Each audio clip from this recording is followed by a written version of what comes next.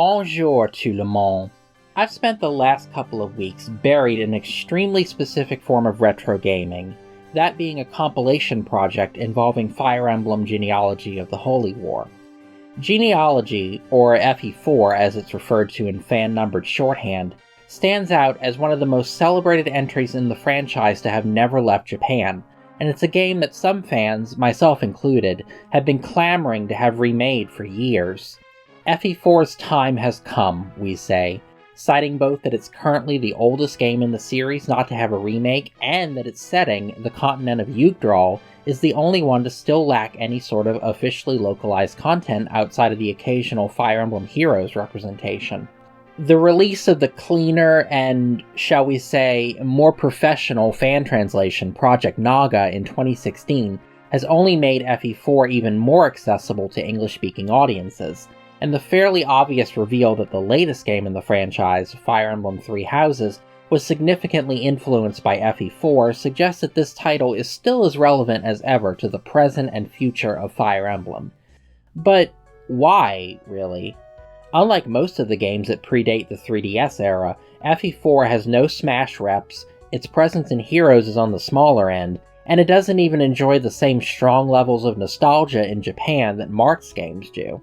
It sure as hell isn't the gameplay, which can at best be described as quirky, and usually not in a good way. Put it like this: if FE4 got a mechanically faithful remake in the style of Shadows of Valentia, reviews would be savaging its archaic design elements in the same way that fans lay into FE15 for its barren and repetitive maps and obvious lack of anything resembling balance. The maps are enormous, there's no trading, every character has their own supply of gold, the lover system is never explained to the player despite being a mechanic integral to the game's second half, and if you don't have a horse or provide some kind of non-combat utility, you're basically doomed to be useless.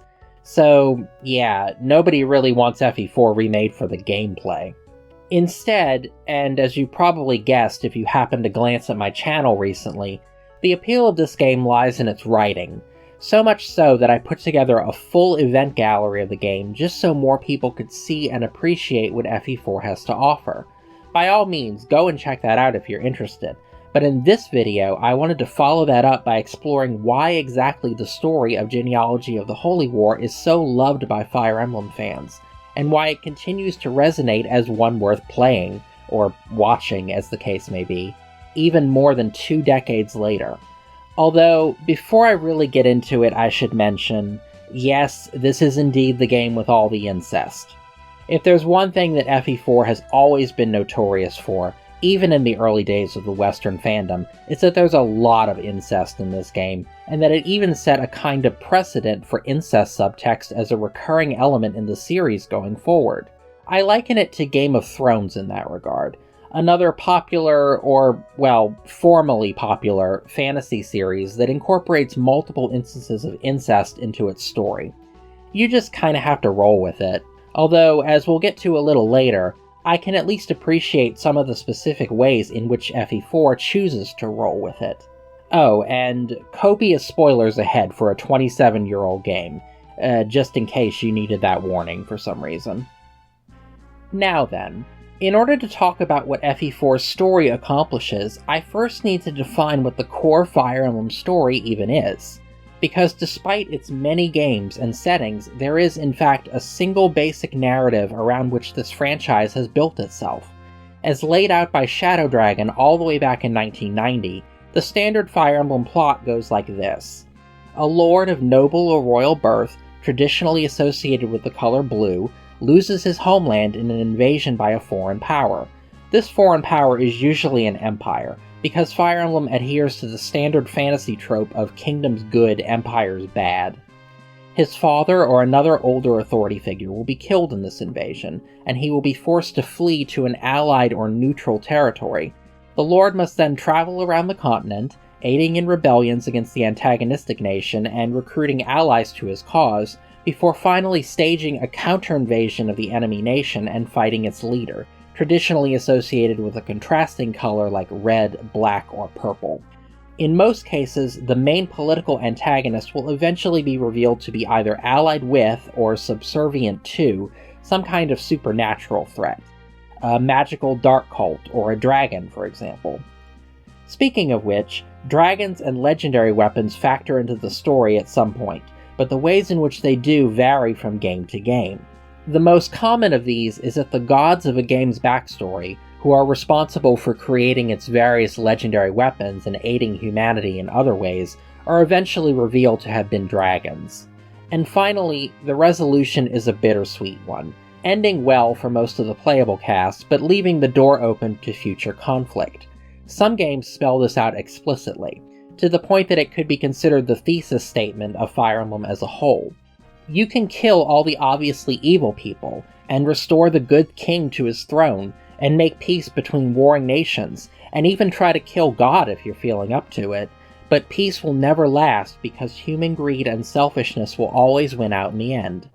Now, if that all sounds like a disjointed mess of broad generalizations and weirdly specific details, that's because it is. There's been a fair amount of variation over the years, but even so, it wouldn't be an exaggeration to state that the plot of every Fire Emblem game since the first either recreates or otherwise reacts to the plot of Shadow Dragon. Some games even do both, and FE4 is one of those. Its first half allows the player to experience the setup to the standard plot for the first time, showing us the series of political maneuvers and well-intentioned errors on the part of the good guys that enable the rise of autocratic, conquest-happy villains like Arvis. No doubt in large part due to this novelty, Generation 1 is the more well-remembered and more highly regarded half of the game's story. As the protagonist of that first half, Sigurd breaks the mold a bit from previous lords, in that, because the story ultimately needs him to fail, he's allowed to make genuine mistakes. Sigurd's tragic flaw is that he's too much of a hero, that he always has good intentions but never stops to think through the consequences of his actions, even when they're being spelled out to him. Invade a country to rescue a kidnapped friend? Classic damsel in distress story. Harbor the teenage prince of an enemy nation during wartime? It's the right thing to do. Fall in love at first sight with a woman who's forbidden to have sex? Screw destiny, true love always prevails. Invade another country to save a friend's sister? Eldigan would do the same for him.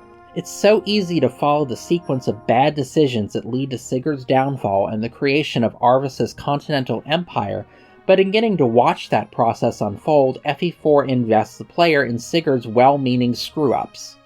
This culminates in what is unquestionably the dramatic high point of the game's narrative, and its most infamous scene. Arvis invites Sigurd and his army to the capital, only to condemn Sigurd to death for treason, bring out his new wife Deidre, who had previously been Sigurd's wife before she got kidnapped and brainwashed, and then flaming rocks fall and everyone dies. It's a shocking moment, even if you know it's coming because you followed all the heavy-handed foreshadowing leading up to it, and it's no wonder that it's considered Fire Emblem's equivalent to the Red Wedding of Game of Thrones, another big twist that sees a major character and most of his supporters murdered in a violation of guest right and seeming violation of narrative convention. These are supposed to be the good guys, right? They might make mistakes, but the expectation is that even when they do, they'll come out on top somehow.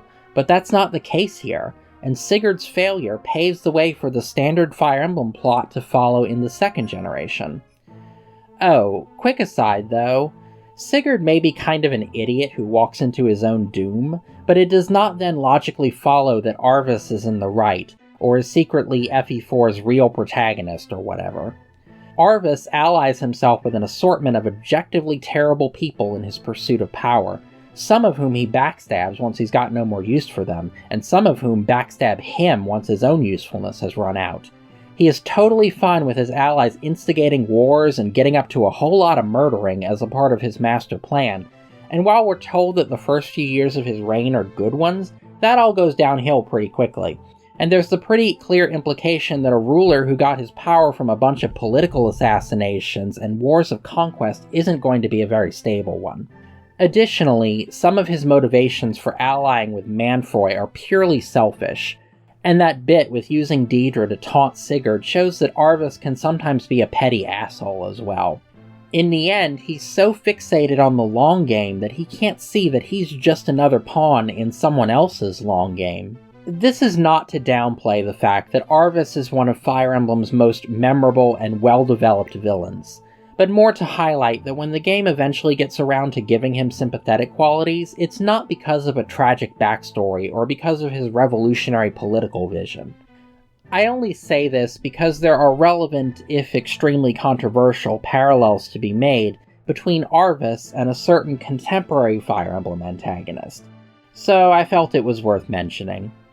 Anyway, though, the story of FE4's second generation is, it must be said, more formulaic, and this combined with a more blandly heroic lord and a less developed supporting cast lead to it coming off as the weaker half of the game. Diarmid here may be my underrated fave, but there's not all that much I can say about his character in canon other than that he's charming, wants to reunite with his sister, and is apparently not enthusiastic about women.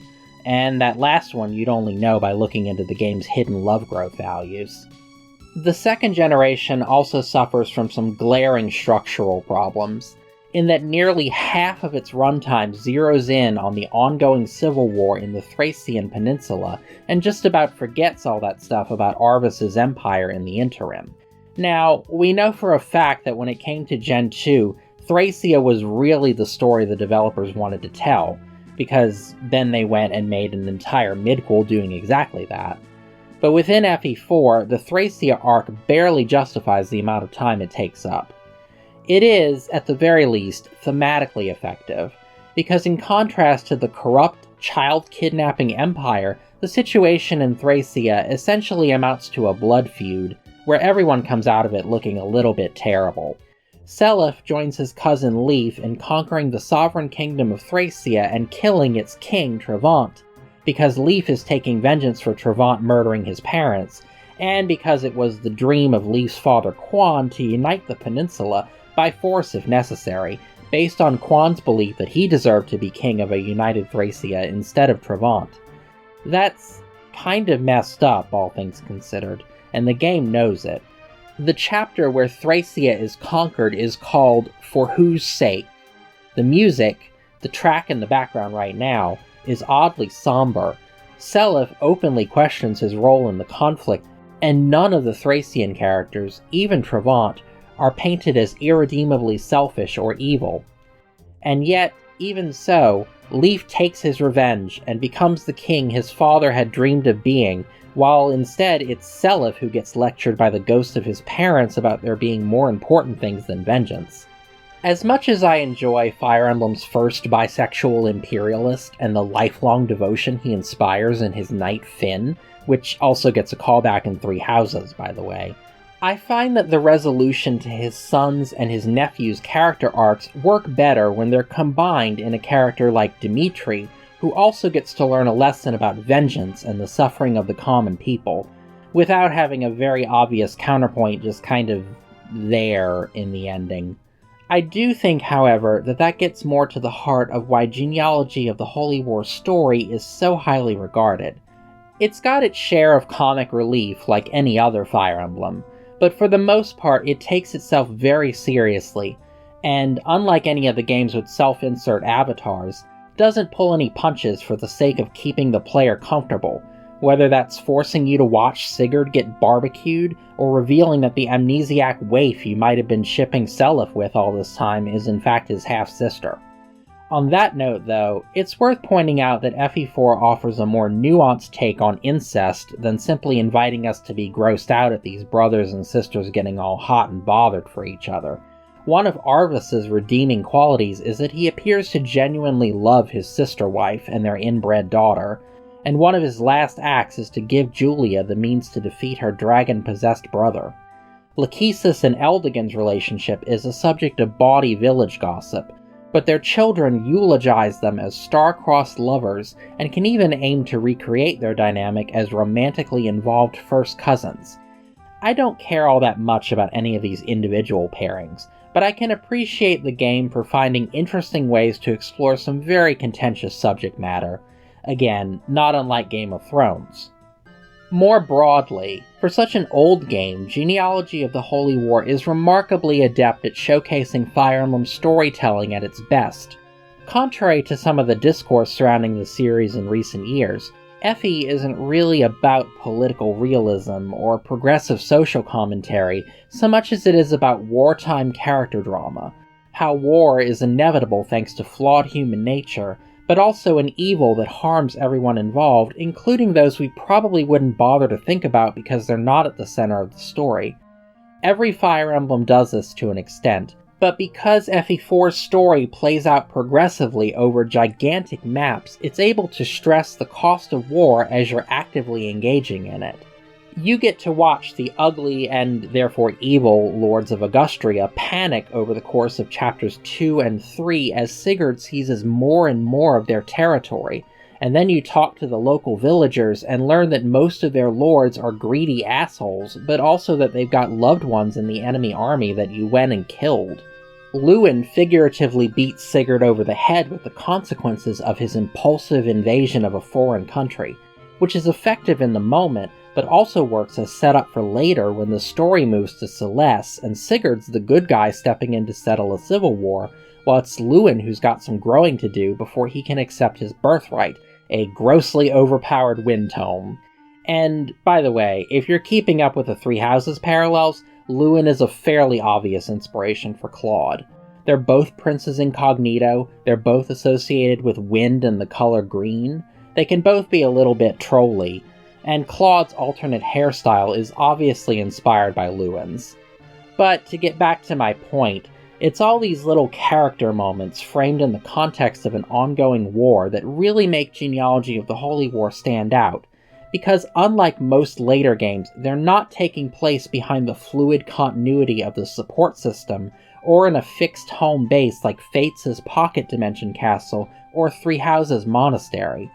Like, for instance, when Lean tells Ares that killing is just part of a knight's job in the same way that her having to dance for creepy men is just part of her job, the message feels a lot more immediate, because in the very next scene she runs afoul of a handsy old bastard who you later get to kill. Or when some of the substitute characters in the endgame wish they had holy blood or legendary weapons so they could contribute more to the battle, that sentiment is directly relevant to the current gameplay because there are some enemies in that chapter that units without legendary weapons have absolutely no business facing. The impact of FE4's map design on gameplay may be extremely hit or miss, but the game takes every advantage of that scope when it comes to writing. It may fall back on the series' standard plot for the second half, and the focus may end up a little bit scattered along the way, but it's not as though this is the only ambitious Fire Emblem story that trips up just before the finish line. That, then, has been me having a good rant about a game that I think deserves to be ranted about every now and then. The actual experience of playing FE4 presents more than a few headaches that can't be hand-waved with the excuse that it's charmingly retro. But the story absolutely deserves all the love it gets in the fandom, and evidently from intelligence systems, as a source of inspiration for new titles at least. Rumors of Yggdrasil remakes are, for the time being, just that, rumors. But despite that, my primary motivations in putting together the FE4 event gallery were to work out some of my own hype for a potential remake, as well as to give more people the opportunity to experience the best that Genealogy of the Holy War has to offer, without needing to slog through hours of not terribly exciting gameplay to get to the good bits. Go and check that out if you haven't played Genealogy yet and want a better idea of what this game's all about. Or even if you have played it, but want to see all those mutually exclusive lover conversations in one convenient location, or the assortment of random events only available to the substitutes, or the worst possible ending where Seliph rules the entire continent because everyone else is dead.